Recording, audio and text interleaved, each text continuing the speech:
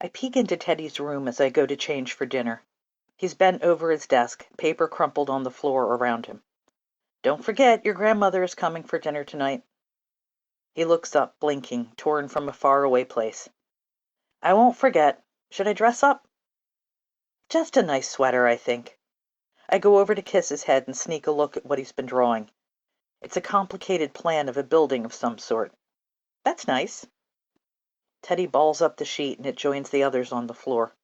"It won't come right." "What's it supposed to be?" "I'm drawing a house for me and Grace to live in someday." His eyes soften at the thought of her, and my stomach knots. I hate to say anything to burst the bubble they've built together over their years of attachment. But we've discussed this, Harry and I. I can't just let it pass. "Why would you live with Grace?" "Because she's my best friend." He gives an impatient sigh. "I know what you told us at Thanksgiving, Mama. She's not really my cousin. But she's still my best friend, whatever else she is.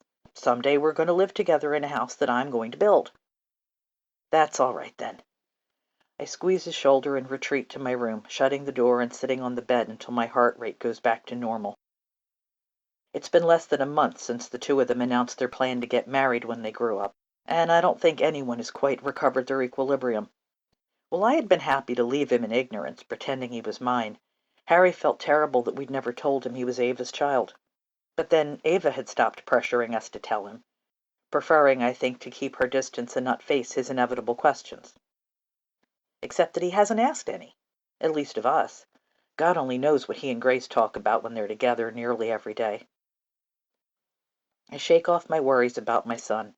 He is a bright boy, and he and Grace will outgrow this relationship over time, focusing instead on a more present complication, the upcoming dinner with my mother-in-law. Irene is only invited into our home a few times each year, and because I won't let her spoil Christmas, she's coming tonight. Throwing open my closet doors, I stare at the abundance within and wonder what she would find most offensive. It's late afternoon when the doorbell rings. I make my way from the kitchen, wiping my floury hands on my apron. The glass panel at the top of the door shows nothing beyond the rounded edge of a soldier's cap. For a moment my heart leaps, and I tear open the door to find not my son, but Cliff Strahan, the boy Pearl broke up with 6 months ago. He whips off his hat and gives me a nervous smile. "Good afternoon, Mrs. Byrne." "Afternoon, Cliff." I look him up and down. "When did you join up?" He actually blushes. "A few weeks ago," he says, tugging self-consciously at his too short sleeves. "Is Pearl here?" I want to tell him she isn't, but there's no point in lying. He'll only come back later. "Have a seat. I'll get her." In other circumstances, I would shout up the steps. This requires a more personal warning. I knock on the door frame. Pearl is sprawled on the bed, books everywhere, but she's staring out the window instead of reading. "You have a visitor." "Hazel said she didn't think she'd make it." Sliding off the bed, she attacks her hair in front of the mirror. "Darn it!" "It's not Hazel," I say gently. "It's Cliff. And he's in uniform." Her eyes close. She's keeping something back. "I'm not surprised," she says finally, and takes her hat from the dresser. "We'll go for a walk. I won't be long." It is no more than 15 minutes before she returns and joins me in the kitchen. Her face is white, but she hasn't been crying, which I take as a good sign. "Is everything okay?" She gives me a one-sided smile. "He thought going off to war would change my mind. And it hasn't. Cliff is a perfectly nice boy, but he's not what my daughter needs, and she's smart enough to know that." "Not at all." She drops down at the table and buries her face in her hands. "The only way I would marry Cliff is if I knew he wouldn't come home, and that's a terrible thing to wish on anyone. It's not that I don't care about him, Mama, but we want such different things. And I know if I get married and start having babies, you'll turn into me." I put my arm around her stiff shoulders. "It's not an insult, honey. I ended up here because I loved your daddy more than I feared turning into my mother. You're lucky you don't love Cliff like that." It's the closest I've ever come to telling her how trapped I have occasionally felt by my life.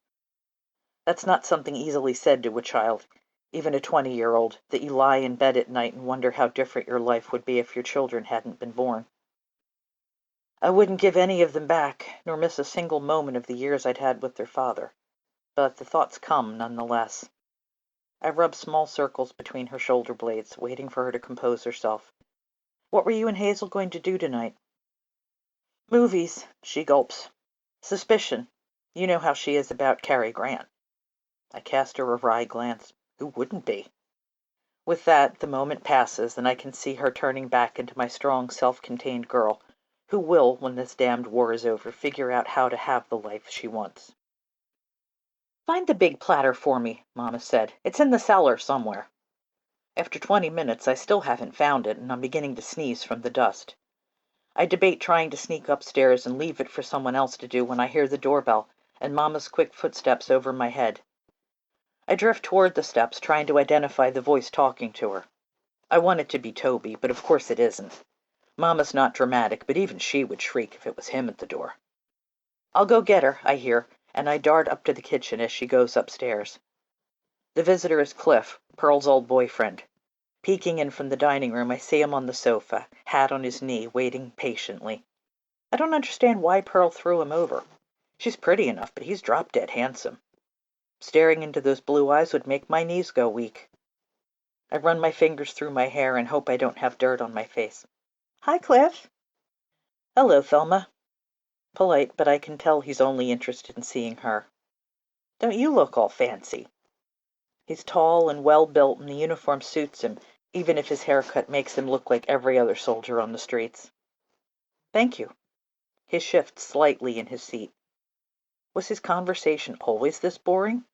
Maybe that's why she dumped him. Having a handsome man around is nice, but if he sits there like a lump, he might as well be a lump. Well, I say, nice to see you. Good luck. I pass Pearl's door, resisting the urge to pop my head in and give them my thoughts. They're talking quietly, seriously, and my unseriousness wouldn't be welcome. The room I share with Grace is across the hall. I close the door behind me, luxuriating in the rare silence. I have no idea where my little sister is, but she's probably with Teddy.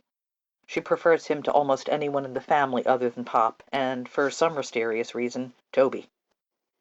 Her side of the room is cluttered with toys and hair ribbons and a library book that is almost certainly overdue. Not my problem.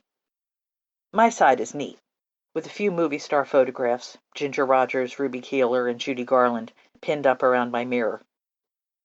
Under the mirror is a tray with my brush and comb, a tube of hand cream, and a small bottle of Taboo given to me by Aunt Claire, which Mama banned as being too grown up after seeing an advertisement calling it the forbidden fragrance, with a picture of a man in a tuxedo passionately kissing a girl in a golden dress. I keep the bottle out where I can see it, because I'll grow into it eventually. My goal is to grow into the kind of girl who inspires men to behave like that. Probably not men like Cliff. The only other ornament is Flora. I keep her on a high shelf that I can see from my bed. I know it's silly not to give her to Grace. I'm 14, I don't need a doll. But Flora came to me at a dark time, back when my legs still didn't work. She was the only bright spot in my life until Mama brought me to Philadelphia. We met Pop, he put braces on my legs and gave me more than a new life. He gave me a whole new world. Before that, I couldn't dance.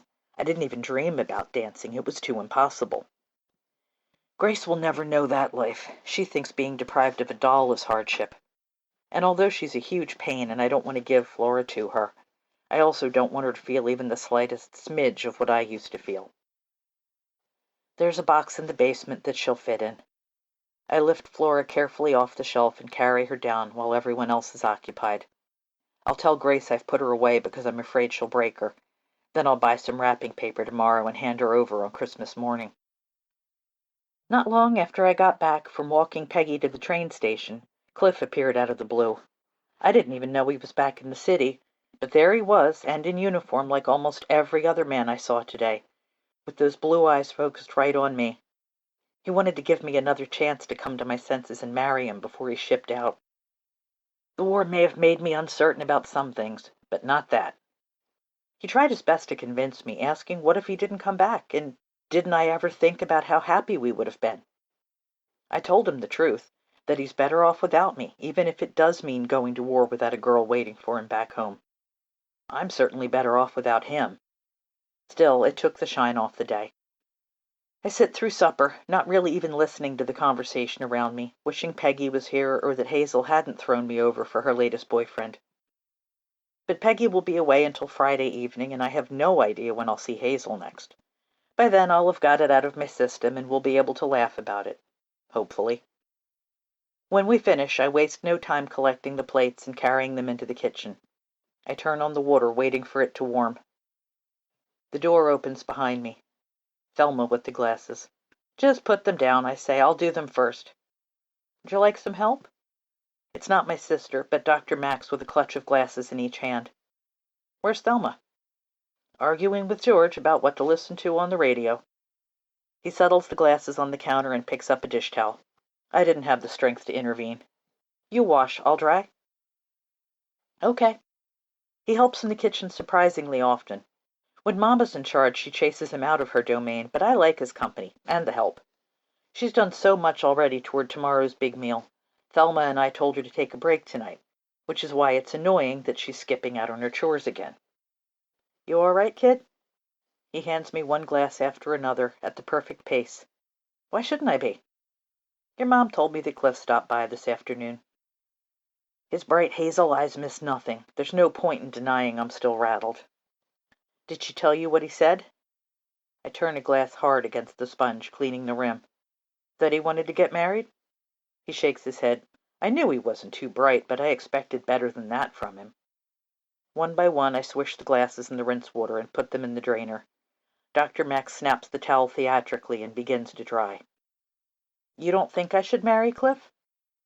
I don't look at him, not wanting to see the sympathy on his face. Hell no! Setting the glass back in the drainer, he hugs me to him with one arm. You've said for years that you didn't want to get married.